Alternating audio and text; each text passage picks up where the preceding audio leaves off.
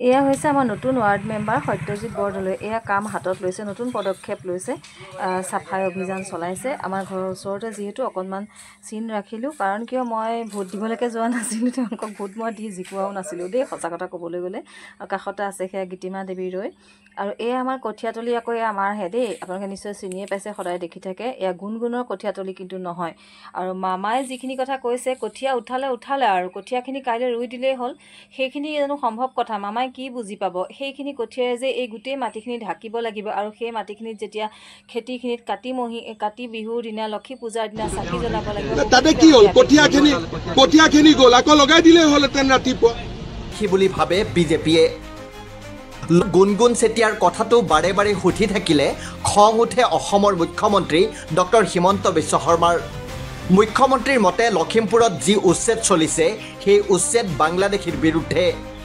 অৱশ্যে কেৱল লখিমপুৰৰ ফুকনৰ হাতত চলা উচ্ছেদহে যে বাংলাদেশীৰ বিৰুদ্ধে তেনে নহয়। য'ত য'ত উচ্ছেদ চলিছে সেইবোৰত অবৈধ বাংলাদেশী বসবাস কৰে, আৰু মুখ্যমন্ত্ৰীৰ মতে সেইবোৰ জেগাত উচ্ছেদ চলিছে। গুণগুণ চেতিয়াৰ কঠীয়াতলি উচ্ছেদৰ বিষয়টোক কোনো কাৰণতে গুৰুত্ব দিবলগীয়া বিষয় বুলি ভবা নাই মুখ্যমন্ত্ৰী ডক্টৰ শৰ্মাই। শৰ্মাৰ মতে গুণগুণৰ কঠীয়াতলিৰ ওচৰৰ ৩৫০ ঘৰ অবৈধ বাংলাদেশীৰ ঘৰ উচ্ছেদ কৰা হৈছিল। তাত উচ্ছেদ চলাওঁতে কাষতে থকা গুণগুণৰ চৰকাৰী ভূমিত কৰা কঠীয়াতলিতো পৰিল উচ্ছেদৰ হাতোৰা। মুখ্যমন্ত্ৰীৰ মতে বাংলাদেশী খেদাৰ নামত অসম আন্দোলনৰ সময়ত ৮৫৫ গৰাকী লোকে প্ৰাণ আহুতি দিছিল। বৰ্তমানৰ অসমীয়াই এডৰা কঠীয়াও দিব নোৱাৰিবনে? লগতে ৰীল এটা বনাই ক'লেই হ'ল নেকি বুলিও প্ৰশ্ন কৰে মুখ্যমন্ত্ৰীয়ে। চাওক এই ভিডিঅ'টো, কি কৈছে মুখ্যমন্ত্ৰীয়ে।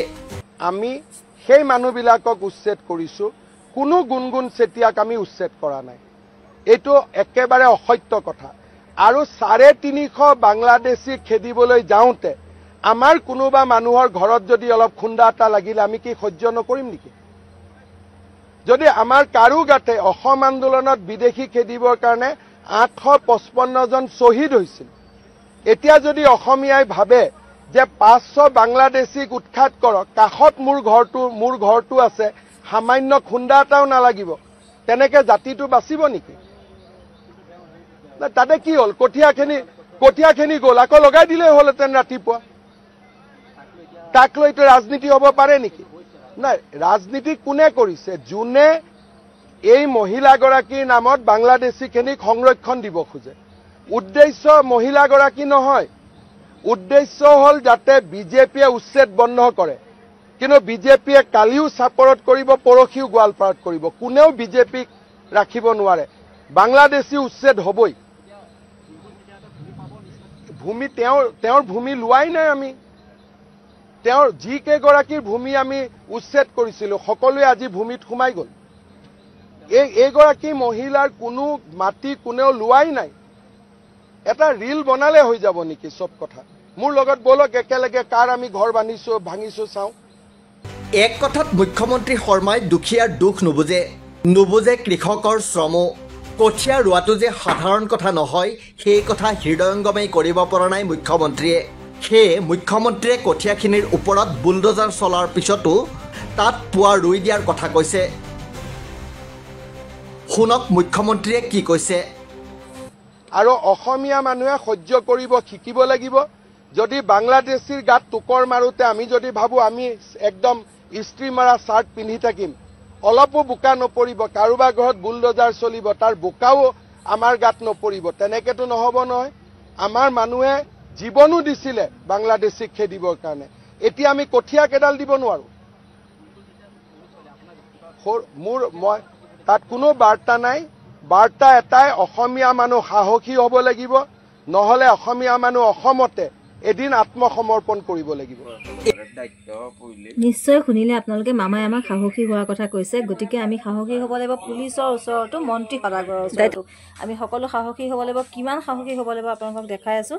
আৰু এই কঠীয়াতলিৰ বিষয়ে, কঠীয়াৰ বিষয়ে মামাৰ লগত মই বেলেগ ধৰণে এটা ভিডিঅ' প্ৰস্তুত কৰিম মামাৰ কাৰণে, যে কঠীয়াৰ আবেদনৰ ভিত্তিত কি বুজিব তেখেতসকলে। গতিকে চাওঁচোন আমাক কিমান সাহসী হ'ব লাগিব।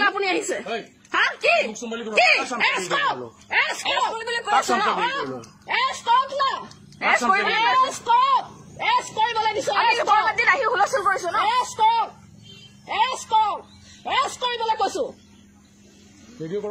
কৰি আছো মোৰ মুখখন দেখক ভালকে কৰি আছো চাবলৈ ৰেডি আছো আপোনালোকে অল অসমে চাই আছে প্ৰদীপ হাজৰিকাৰ যে অৰ্ডাৰত যে মোৰ বাপেৰৰ মাটিৰ পৰা আমাক খেদিবলৈ আহিছে অল আছামে চাই আছে হয় আপোনালোকে কাৰ অৰ্ডাৰত অহা মানুহ জানো মানুহ মৰি গেলি যায় আপোনালোকৰ আহিবলৈ টাইম নাথাকে আৰু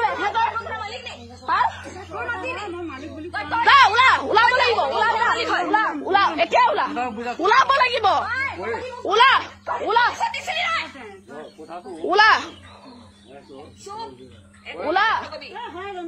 ওলাব লাগিব ইয়াৰ পৰা কোনে ৰখাই তহঁতক চাম ঐ তহঁতৰ মালিককো মাত ইয়াত কোন মাত চবকে মাত এইখন হুলস্থুল নহওক বুলি তহঁতক আহি ভালকে কৈছিলো এতিয়া ইয়াত কি হব পৰিৱেশ আপোনালোকে চাওক মোৰ দেউতা মৰি যোৱা 35-37 বছৰ হল গম পাইছে তহঁতৰ মালিকক মাত ফোন কৰি ইয়ালৈ তহঁতৰ মালিকক মাত আপোনালোকে যি হয় মানুহক ৰাখিছিলে সিহঁতি ঘৰ বনাই আছে ফোনৰ ৰেকৰ্ডিংটো শুনোৱা নাই কেলে ছচিয়েল মিডিয়াত দিম আপোনালোকে প্ৰদীপ হাজৰিকাৰ চামচা আজি আপুনি ডিউটি কৰিবলৈ আহিছে আমাক এৰেষ্ট কিয় নকৰে হিমন্ত বিশ্ব শৰ্মা আহিব নহয় আজি হিমন্ত বিশ্ব শৰ্মা নাহিব জানো আহিব নহয় আপোনালোকৰ ডিউটি নাই মানুহ এটা চুৰ হব ডকাইত হব আপোনালোকে মাহ ধৰি পেলাই উলিয়াব নোৱাৰে আজি এই সাধাৰণ মানুহ ঘৰে কেছ দি দিলে আপুনি দৌৰি আহি গল তেওঁলোকে ফোন কৰাৰ লগে লগে দৌৰি আহি গল আপুনি শুনক এইবাৰ পক্কা চবুত লৈ পেলাই আহিব ইয়ালে এই কেম্পাছৰ ভিতৰলে পক্কা চবুত লৈ পেলাই আহিব এই কেম্পাছৰ ভিতৰলে মই কৈছো আপোনালোকক কৈছো মুঠতে পক্কা চবুত লৈ আহিব এইডোখৰ কাৰ মাটি হয় চাবিত কৰিবৰ কাৰণে প্ৰদীপ হাজৰিকা XYZ যোন আছে প্ৰদীপ হাজৰিকাই আজি এইটো কাম কৰক বুলিয়ে বিচাৰি আছিলো ভগৱানে গুৰ মাৰি গংগাত পেলাই দিলে আজি আমাৰ পৰিয়ালটো গম পায় ওলা এতিয়া প্ৰদীপ হাজৰিকাৰ ঘৰত যা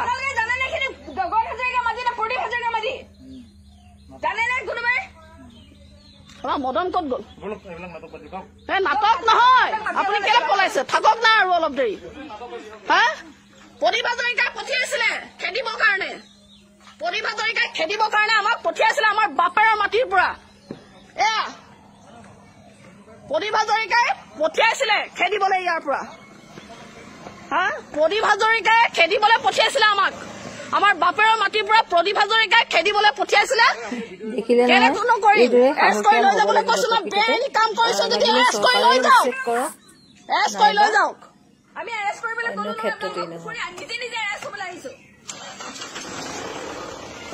নহলে কোনো নোলাব বচাবৰ কাৰণে